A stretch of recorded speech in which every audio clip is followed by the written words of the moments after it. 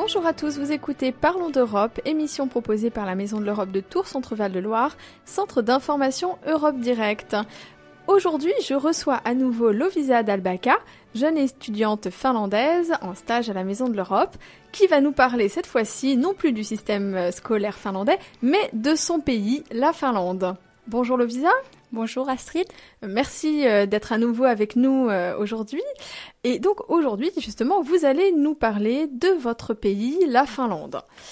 Alors, justement, est-ce que vous pourriez nous présenter un petit peu votre pays dans ses grandes lignes, nous le situer, parce que c'est pas toujours évident de situer la Finlande.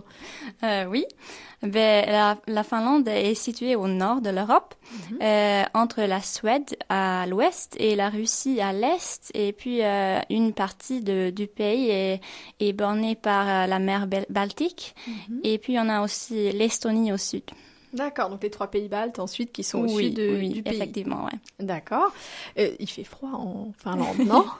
C'est ça que la plupart des Français me disent quand je me présente, mais oui, ouais, il peut faire assez froid là-bas, ouais. Mais on a un grand écart aussi. Il peut faire moins 30 en hiver et plus 30 degrés en été. Ah oui, en effet. Donc, alors nous, on est plus dans des régions tempérées hein, ici. Vous pouvez le constater, même si en ce moment il a fait très chaud cet été. Donc chez vous, vous avez vraiment des hivers très très froids et un été qui peut être très très chaud. Oui. D'accord. Et combien êtes-vous d'habitants en Finlande? On est assez peu peuplé. On a à peu près 5,5 millions d'habitants. Et aussi la densité de la population est assez faible aussi.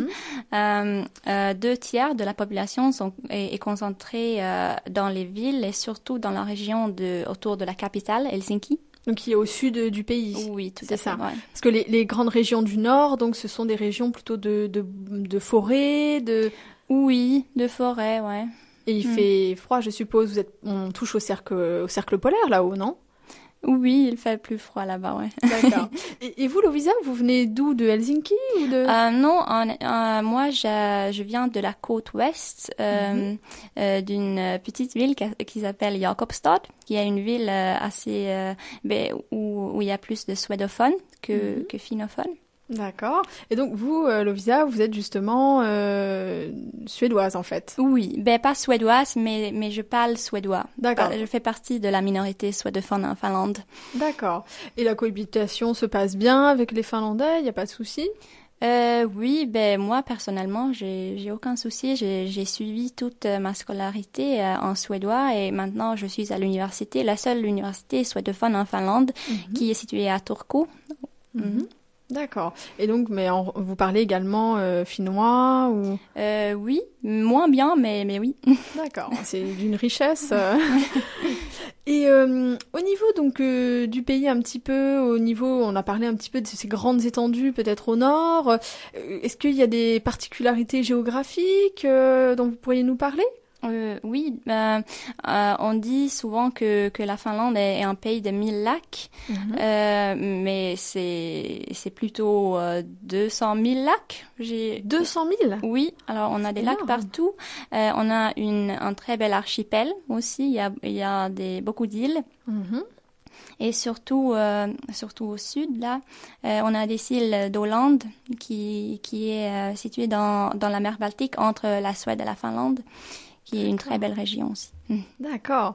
Et au niveau de la population, donc justement, vous nous avez dit donc il y avait des minorités.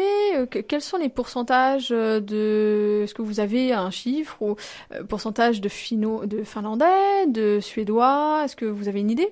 Oui, les finophones, ceux qui parlent le finnois, ils sont à peu près 90% de la population et les suédophones, je crois que c'est entre 5 ou 6%. Alors on est vraiment une petite minorité, mais on a quand même les mêmes droits que que les finophones. D'accord. Et je crois qu'il y a aussi une autre...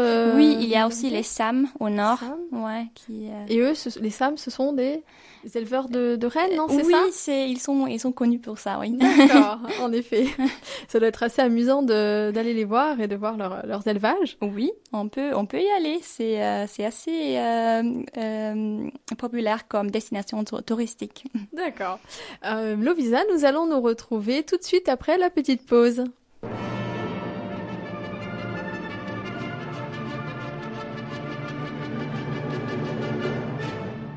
RCF vous propose en semaine 4 rendez-vous quotidiens avec la rédaction de Radio Vatican.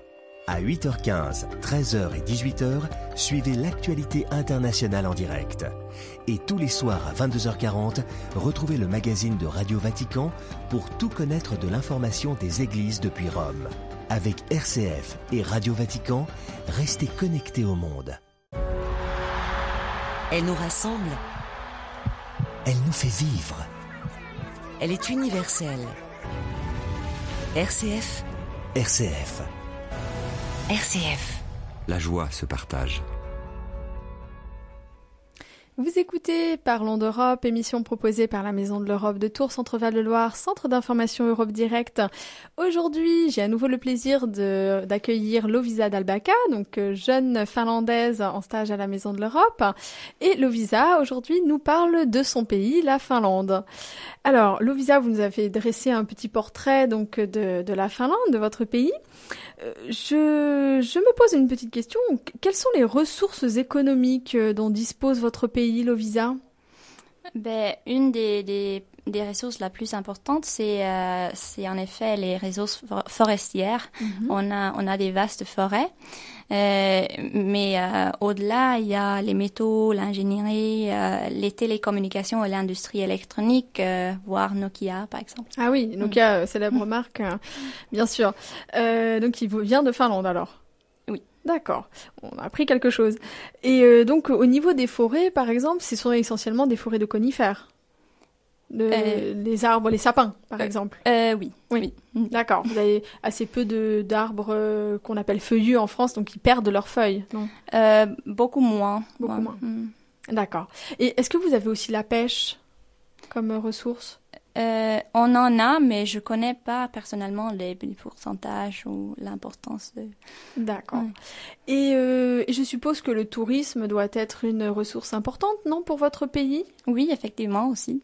Est-ce qu'il y aurait, par exemple, des endroits que vous pourriez nous recommander, à nous, Français, si on a envie de visiter votre pays? D'ailleurs, moi, j'en ai très envie maintenant.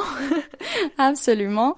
Je proposerais un des deux extrémités, en fait, soit d'aller en hiver, lorsqu'il fait très très froid, en Laponie. Vous pourriez rendre visite au Père Noël à Rovaniemi, faire de la raquette, le traîneau à chien, voir les aurores boréales, qui est un phénomène naturel qui est assez spécial.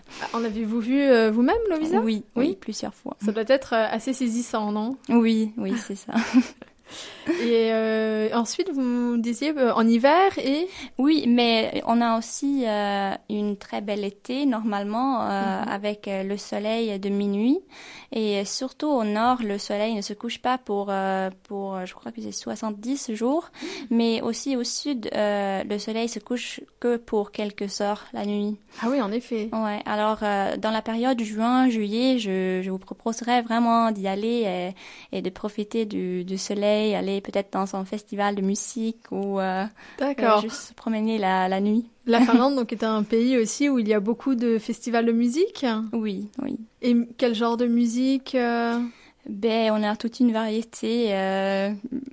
On est connu pour le métal, mais si vous n'aimez pas ça, il y a aussi des festivals de musique classique, de tango, de musique contemporaine, quoi que ce soit. Ouais. D'accord, donc vous avez vraiment tous les styles de musique, avec une petite préférence peut-être pour le métal. Non mais c'est bien parce que effectivement il y en a vraiment pour tous les goûts visiblement. Oui, c'est ça. Et alors, est-ce que vous pourriez justement nous donner quelques noms de Finlandais qui sont célèbres peut-être? Moi, je n'en connais peut-être qu'un, je crois. C'est, alors je ne me rappelle plus de son prénom, mais c'est le compositeur Sibelius. Sibelius, oui, Voilà. c'est ça, Jean Sibelius. Jean Sibelius. Ouais. Il était compositeur fin 19e, début 20e siècle. Il a composé notamment Finlandia, l'hymne. L'hymne de votre pays? Pas l'hymne national, mais ouais. Un autre hymne. Oui. D'accord.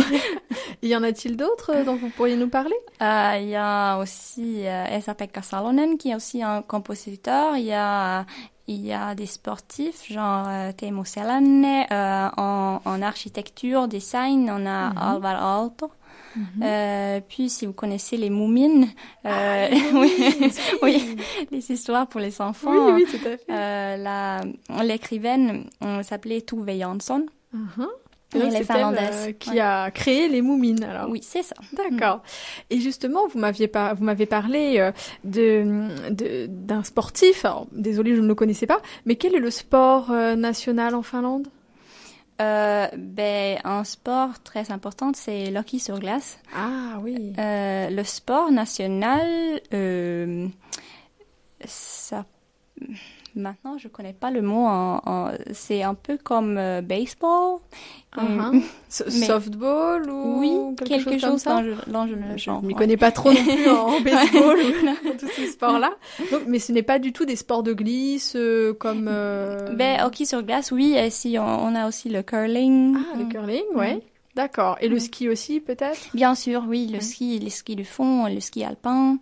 D'accord. Vous devez aussi avoir beaucoup de stations de ski en Finlande, non? Oui. D'accord. Et je crois que l'un des stéréotypes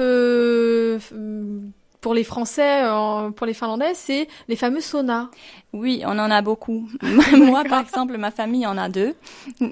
Très bien. Un dans notre maison, et puis comme la plupart des Finlandais, on a aussi un chalet où est notre 2e sauna, et on y va en été et en hiver. D'accord.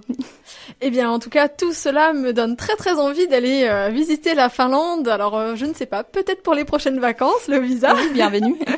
Merci. Et en tout cas, merci à vous d'être à nouveau parmi nous pour nous parler de votre pays, la Finlande.